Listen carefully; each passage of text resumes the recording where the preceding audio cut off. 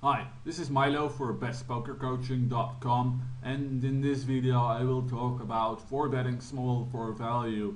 So how does it work? Well, it's very simple. You just make a 4-bet of about a pot size bet, or bigger or smaller depending on your hand. I would say if you have a really strong hand like aces or kings, you can make it a little bit smaller. In general, I wouldn't really make it smaller than a pot size bet. I think this is a pot size bet, or I think 270 is actually a pot size bet. For some reason I made it 265. It's fine with a hand like tens. He 3-bets a lot as well, 35%. So which hand should you 4-bet with? Well, here is a chart. I would say that this is a pretty good 4-bet range against a guy like this, like where you can 4-bet small for value. Depending on the guy, if he's like this idiot, actually you can probably get away with ace 10 as well, maybe even ace jack off suited, 8 probably as well.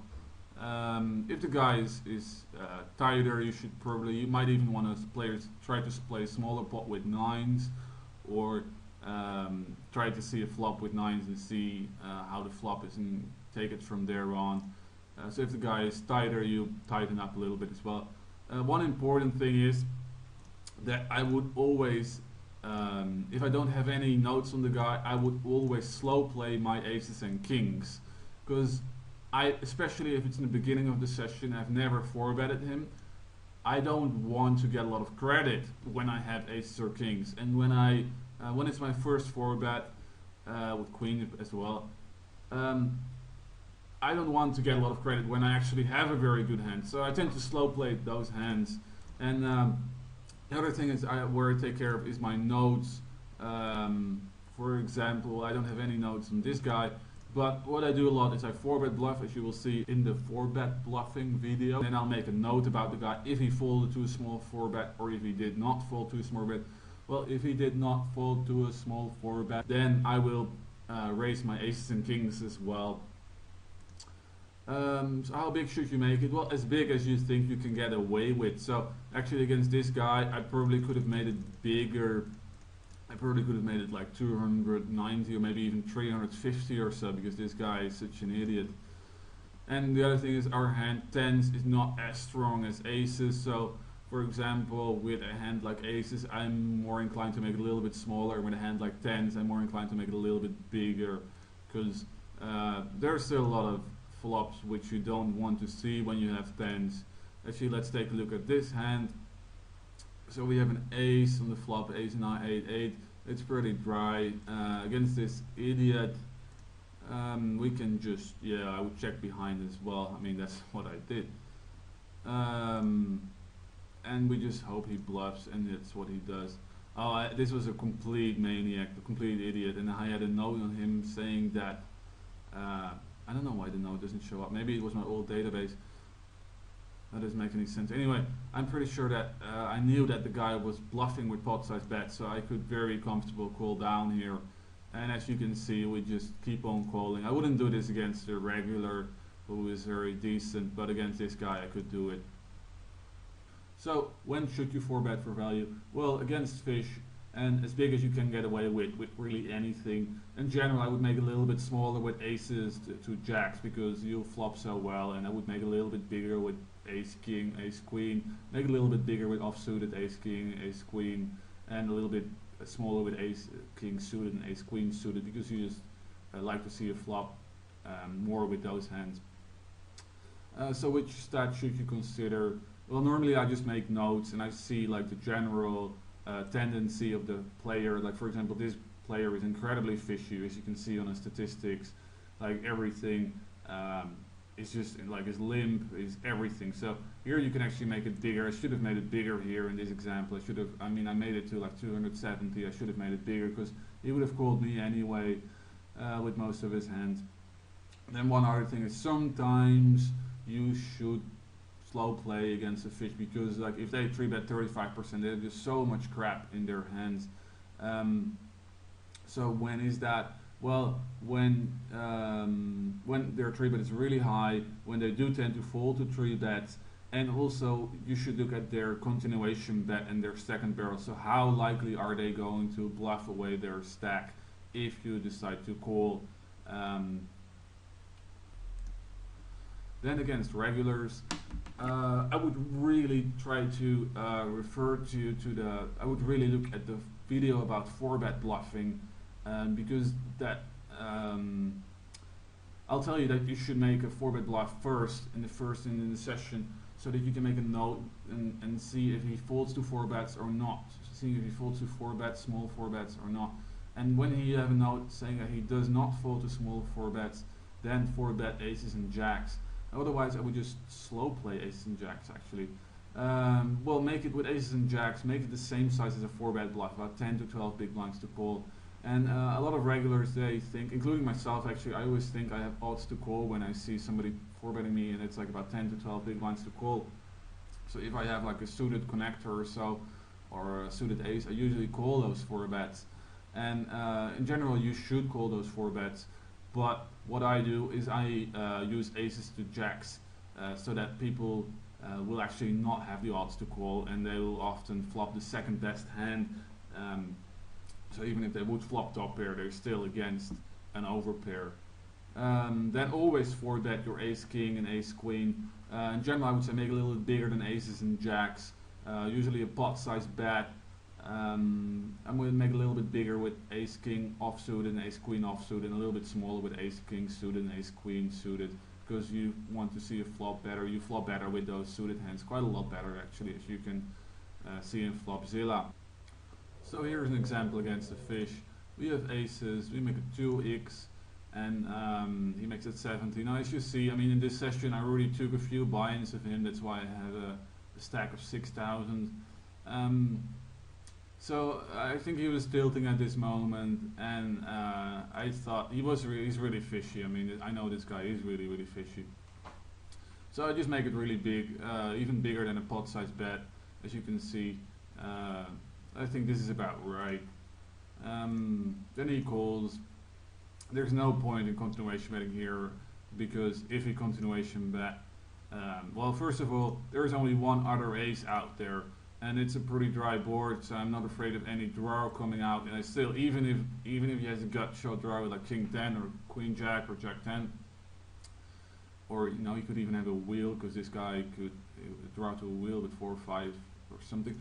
Anyway, I'm not afraid of it. I still have like a really good hand, and I could make a full house as well, so I'm really not afraid of anything, of course. So I just hope he bluffs, because he was tilty and fishy.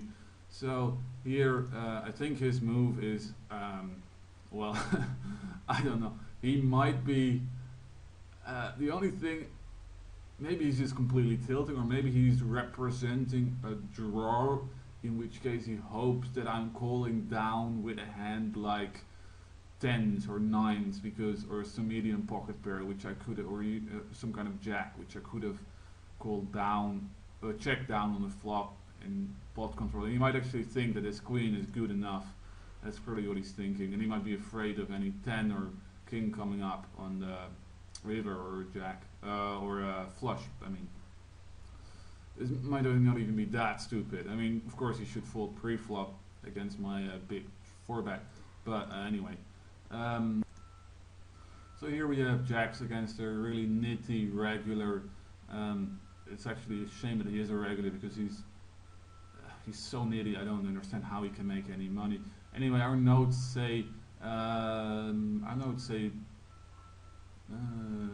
does. You see, 4-bet from 70 to 170 with ace 10 of suited. So I guess it was like a 4-bet bluff on his side. So then I like actually to copy his style, because it was 10 big blinds to call with a fairly weak hand, and then also he didn't fold to small 4-bet. So this is definitely a sign for me to 4-bet. So I copy his style and make it 190. So this is pretty standard here, and he goes all in. And the other thing is why I can make it a little bit smaller is because he's slightly short, as you can see. He only has like 70 big blinds, so then making it 10 big blinds is fine. So here is a standard place with ace queen. We make it 30, he makes it 90, and we make it, I would say, about 15 big blinds to call, something like that. 14, 15, 16 big blinds to call, about a pot size bet. And he has aces. There is absolutely nothing we can do about it. I wouldn't make it small. I wouldn't make it like to 190 or so. because then he actually, you give him odds to call. Um, with any kind of suited connector, with any kind of hand, you give him odds to call if you make it like 10, 11 or 12 big blinds. And then if you look at Flopzilla, you'll see that actually our hand just doesn't even flop that well. Like here's the standard configuration, which I would feel comfortable continuing with on the flop. As you can see, we only hit 32% of the time, so less than 1 in 3 flops is good for us, good enough to continue with. For example, with a hand like Ace Queen, I would already feel much more comfortable continuing than with Ace Queen offsuited. So that's another reason why you never want to slow play this. And the other thing is the guy, I mean, I only have a very low sample size on the guy, but so far his continuation bet is 50%. He doesn't seem like a complete idiot. His winter showdown is kind of high, but then over 45 hands, 54 hands, it doesn't really matter that much. And his pre-flop stats don't indicate that he's a very loose or aggro monkey maniac. So it's very standard. Just make it like about 240, and then hope that the guy doesn't have aces. Also, one other thing is, if you take the pot down with Ace Queen, it actually isn't such a bad result. We still have a lot of that money in the pot, and I feel comfortable. I'm actually quite happy when he folds here as well. So here's an example where I smooth called with kings, and I can't remember exactly why I smooth called here. For me, the guy is like half a stack. He has like 55 big blinds. That's one reason. So we're gonna get it all in very easily anyway. So there's no point in like putting a lot of money in pre-flop. Then the other thing is he does continuation bet quite a lot, 77% in re-raise pots, and maybe it was early in the session. Anyway, kind of the concept which I want to show is like I call here, I flop like a pretty nasty flop, and he makes a continuation bet, and I call here once, and then when he makes a bet on the turn, I decide to fold. I mean, is this weak or not? I don't think this guy would bluff so much. Like his pre-flop stats are kind of like, well, they're a little bit too tight. His steal is too tight, and I think he should treat it a little bit more. But it seems to be a decentish player. There are probably some data mine hands in it though. The other thing is his continuation, but it seems kind of high, like 70%. But then considering that the steal is only 64%, it still means his range is pretty strong. The same goes for his 3-betted pots. His 3-bet is 16%, and his continuation bet in the reverse pots is 77%. That seems a little bit high. It's not extremely high, but especially if you consider his 3-bet was only 16%, he actually has a pretty strong range. So I just don't think he's very likely to make a bluff here. Other thing is King Queen got here, Jacks got here, 10 Jacks got here. Even if he would have a draw, like if he would put some draws in his range, which is kind of unlikely because his 3-bet is 16%, so there are not that many possible draws in here. But if we put a draw in his range, we still, like those draws still have a lot of equity, and so our entire equity against this range is still very bad. So we fold here, I fold. And that's one other thing is, if you cannot fold post flop with your kings or queens or jacks, then maybe you're actually, if you're that kind of player, then you're probably better off not slow playing kings or queens. Like in this scenario, it kind of sucks. Of course, I wish I made a pre-flop for that in hindsight, but I'm capable of folding hands post flop as well. And a lot of people, they get married to their kings or their queens, and like if you suffer from some tilt, everybody suffers from some tilt once every while. No, then don't put yourself in that possibly tilty situation. So then just 4-bet pre-flop and take the money there, because you might make a post-flop mistake and you might actually play minus EV post-flop. So it kind of depends on the kind of player you are as well and how good you are post-flop. So when you should use smooth call or slow play with your premium hands? Well, if you have a note saying he folds too small 4-bets, then I would always call with aces to queens, sometimes even jacks. It kind of depends on the opponent and his post-flop aggression as well, and if you have any good reads on him.